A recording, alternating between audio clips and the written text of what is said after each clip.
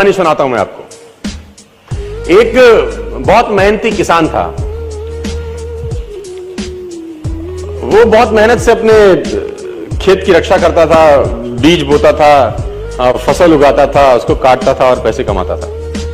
बड़ा ईमानदार था अपने काम के अंदर। लेकिन अब उसका खेत बहुत बड़ा हो गया, पैसे उसने कमा लिए, तो आसपास का भी जमीन उसने खरीद लिया। अब उसको एक सपोर्ट सिस्टम का जरूरत पड़ा। अब उसको लगा मेरे से अकेले से नहीं होगा, तो मुझे कुछ ना कोई आदमी चाहिए जो मेरी सपोर्ट कर सकता हो।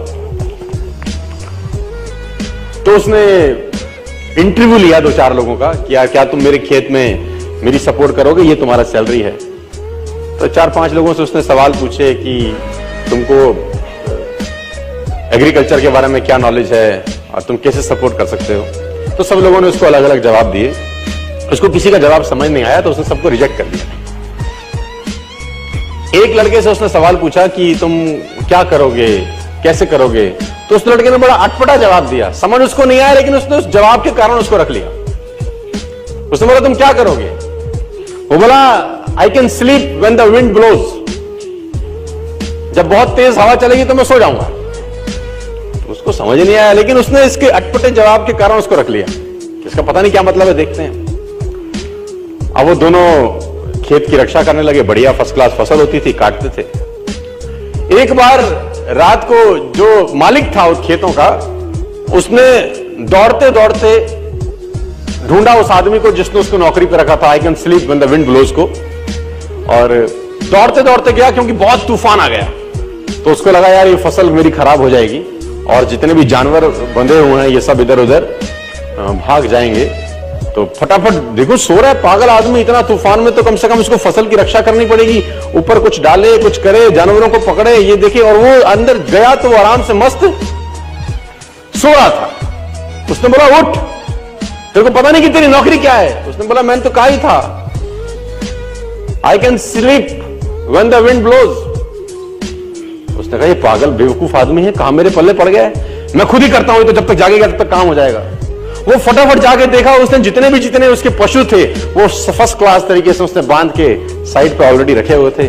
जितनी फसल थी उसकी बढ़िया तरीके से उसने चौकीदारी कर रखी थी कि कोई तकलीफ नहीं है। उसने बोला जाके सो जाओ, मैंने काम ऑलरेडी पहले से कर रखा है।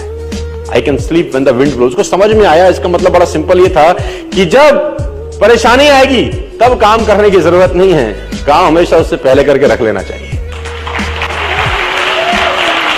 तो ये जो अकाउंटेबिलिटी है ना यार, अकाउंटेबिलिटी बड़ी सिंपल है कि लोग काम तब चालू करते हैं जब तूफान आ जाता है ना। वो कहते हैं टेक अम्ब्रेला बिफोर रेन। आदमी को छाता हमेशा बारिश आने से पहले ले लेना चाहिए। मुझे आज भी याद है कि मैंने नया मर्सिडीज लिया 2012 के अंदर। मेरी गाड़ी का टायर पंचर हो गया। तो जैसे ही मैंने पंचर लगाने के लिए मर्सिडीज का पीछे टूल किट खोला तो मैंने देखा वहां पर व्हाइट ग्लव्स पड़े थे 2। मैंने बहुत सारी गाड़ियां चलाई, लेकिन मैंने पहली बार किसी गाड़ी में व्हाइट ग्लव्स देखे। यानी मर्सिडीज को ध्यान था कि अगर इसकी गाड़ी पंचर हो गई और इसने पंचर लगाने की कोशिश की तो इसके हाथ गंदे ना हो। ग्लव्स 50 रुपए के आते हैं, कोई भी गाड़ी रख सकती है, लेकिन रखती नहीं है। यही फर्क है मर्सिडीज में और बाकी सारी कंपनियों में।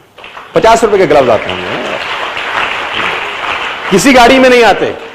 मर्सिडीज में आते हैं, मुझे पता नहीं बाकी और किसी ब्रांडेड कार में आते हैं कि नहीं आते, है ना। It already hardly cost 30 rupees 40 rupees for a pair of gloves. लेकिन देखिए वो कहां तक सोच रहा है आदमी, है ना। इसको बोलते हैं अकाउंटेबिलिटी।